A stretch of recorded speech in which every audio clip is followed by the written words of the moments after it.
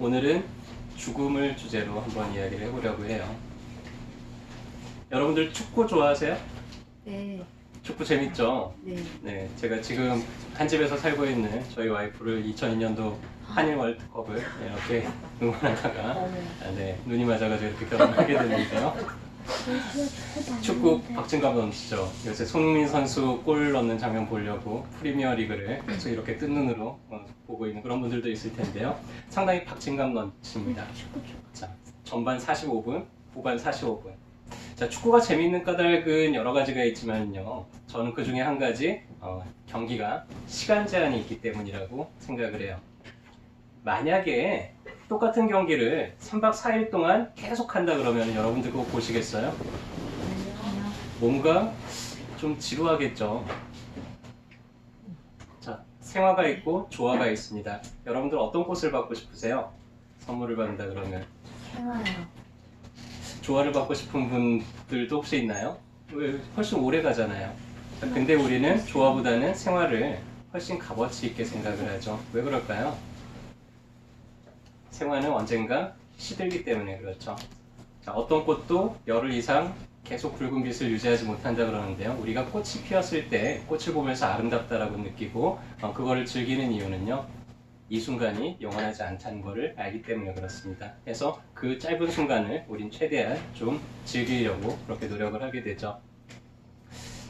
중국의 진시황이 평생을 죽지 않기 위해서 불로초를 찾아가지고는 전 세계를 헤맸다는 그런 얘기는 아마 들어보셨을 거예요. 만약에 진시황이 정말로 불로초를 찾아서 지금까지도 살고 있다 그러면은 그 사람은 과연 그 사람이 원했던 만큼 행복하게 살고 있을까요? 만약에 여러분들 삶이 앞으로 1000년이 더 남았다고 한번 해봅시다. 여러분들 어떨 것 같으세요? 부러워요. 열심히 살고 싶은 생각이 들까요? 아니요. 뭐 1000년이나 남았는데 뭐 대충 살지 뭐 이러고 있지는 않을까요 혹시? 삶이 가치가 있는 것도요. 이 삶이 무한하지 않기 때문이라고 저는 생각을 해요. 그래서 지금 우리가 살아서 숨쉬는 이 시간이 보다 더 행복하고 보다 더 소중하고 즐거울 수 있다라고 저는 생각을 합니다. 미국에서 한번 여론조사를 한 적이 있대요. 통계조사를 해봤는데 무슨 조사를 했냐면 미국에 있는 요양병원 몇 군데에 있는 노인분들을 대상으로 여러분들이 지금까지 살면서 가장 후회스러운 게 무엇인지를 한번 이렇게 좀 인터뷰를 해봤다 그래요. 그래서 통계를 해봤는데 어떤 대답들이 나왔을 것 같나요? 내가 하필이면 그때 그걸 하는 바람에 쫄딱망해가지고 내 인생이 이렇게 됐잖아 뭐 이런 거 후회할 것 같나요? 대체로 많은 사람들이 후회를 하고 있는 거는 어떤 거였냐면 내가 그거를 괜히 했어 라는 후회보다는요 그거 하고 싶었는데 결국에는 못하고 죽네 라는 거를 훨씬 더 많이 후회했다고 합니다. 내가 젊었을 때는 그런 꿈이 있었는데 내가 지금까지 살면서 뭐 하느라고 그거 제대로 그렇게 못 해봤지. 내가 꼭 뭔가 지금 해보고 싶은 게 있었는데 결국에는 이렇게 미루고 저렇게 미루다가 결국엔 그걸 못 해보고 내가 죽는 게 너무나 한스럽고 안타깝다라는 그런 얘기들을 많이들 했다고 합니다. 제가 좋아하는 스티브 잡스인데요. 네, 이름처럼 이렇게 일만 열심히 하다가 돌아가신 분이기는 한데 근데 그래도 이분은 자기 해보고 싶은 거는 다 해봤기 때문에 그렇게 크게 후회는 없는 삶을 살지 않았나 라고 저는 생각을 하는데요. 이분이 여러 가지 유명한 얘기들을 남겼다고 해요. 남겼는데 제가 그 중에서 이분이 이제 스탠포드 대학의 졸업생들 앞에서 했던 연설을 상당히 좋아합니다. 그 연설의 일부를 발췌를 해보면요 이런 얘기를 했었어요. 내가 곧 죽을 거라는 거를 안다는 거는 내 인생에서 가장 중요한 결정을 내릴 수 있는 가장 큰 도구가 되었습니다. 외부의 기대, 자부심, 실패에 대한 두려움조차 죽음 앞에서는 무의미한 것일 뿐입니다. 가장 중요한 것이 무엇인가라는 질문만이 남게 됩니다. 내가 무엇을 잃을지도 모른다는 두려움에서 벗어날 수 있는 최선의 길은 결국 내가 죽게 될 운명이라는 것을 기억하는 것입니다. 죽음 앞에서 우리의 운명은 이미 결정되어 있습니다. 그러니 지금 여러분의 가슴이 뛰게 하는 것을 따라서 행동하지 않을 이유가 하나도 없는 것입니다. 어떤가요? 멋지죠? 우리나라 사람들 되게 근면하고 성실하다고 전 세계적으로 정평이 나 있는데요. 가만히 보면은 또 우리나라만큼 행복도가 낮은 나라도 없는 것 같습니다. 외국 사람들은요, 죽을 때 이렇게 죽는데요. 아휴, 이제는 죽나 보네. 그래, 뭐 재밌게 잘 살았네. 근데 우리나라 사람들은요, 껄껄껄 하면서 죽는답니다. 아유, 좀 제대로 살아볼걸.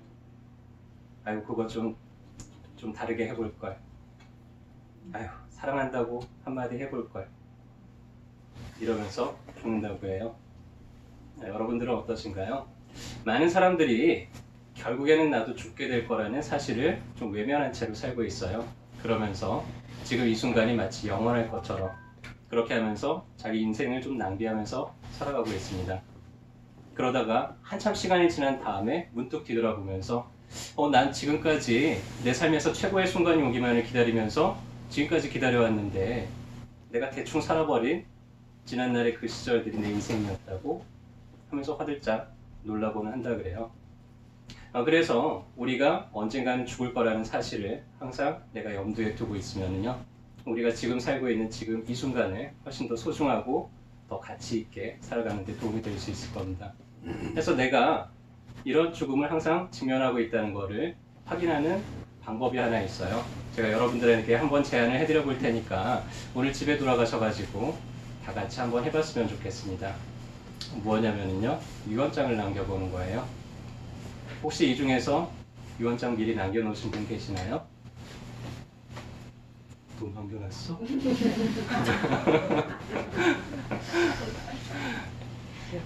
저는 몇 년에 한 번씩 이렇게 새롭게 유언장을 다시 써보고는 하는데요. 유언장을 쓸 때마다 뭔가 삶에 대한 열정이나 정열이 더 타오르는 것을 느끼게 돼요. 만약에 여러분들이 지금 유언장을 쓴다 그러면 어떤 말을 좀 남기고 싶으세요? 혹시 어떤 분은요, 뭐 이런 분이 있을지도 모르겠습니다. 내가 죽어서라도 너를 잊지 않겠어. 네가 나한테 얼마나 잘못했는지 내가 구천을 떠들면서라도 너를 쫓아다닐 거야. 혹시 뭐 이렇게 남기실 분 계세요? 아마도 그러실 분은 안 계시겠죠. 대부분 유언장을 남길 때 내 주변에 내가 아직까지 하지 못했던 이야기들을 좀 하고 싶으실 거예요. 그때는 내가 정말 미안했어. 실은 하지만 내 진심은 당신을 너무나 사랑했기 때문에 그랬고, 내가 너희들한테 그동안 잘해주지 못해서 너무 미안하다. 내가 좀 더 잘해줄 거야. 아마 이런 얘기들을 더 많이 남기지 않을까 싶어요. 자, 해서요, 여러분들의 과거는요, 지금까지 살아온 과거는 단지 과거일 뿐입니다. 여러분들은 앞으로 지금부터 미래를 향해서 살아가실 거잖아요. 그래서 오늘 저녁에는 간단하게 유언장 한번 작성을 해보시고요. 내 과거는 그것과 함께 잠시 묻어놓고 다시 한번 새로운 삶을 살아가고 여러분들이 원하는 삶을 살아가셨으면 좋겠습니다.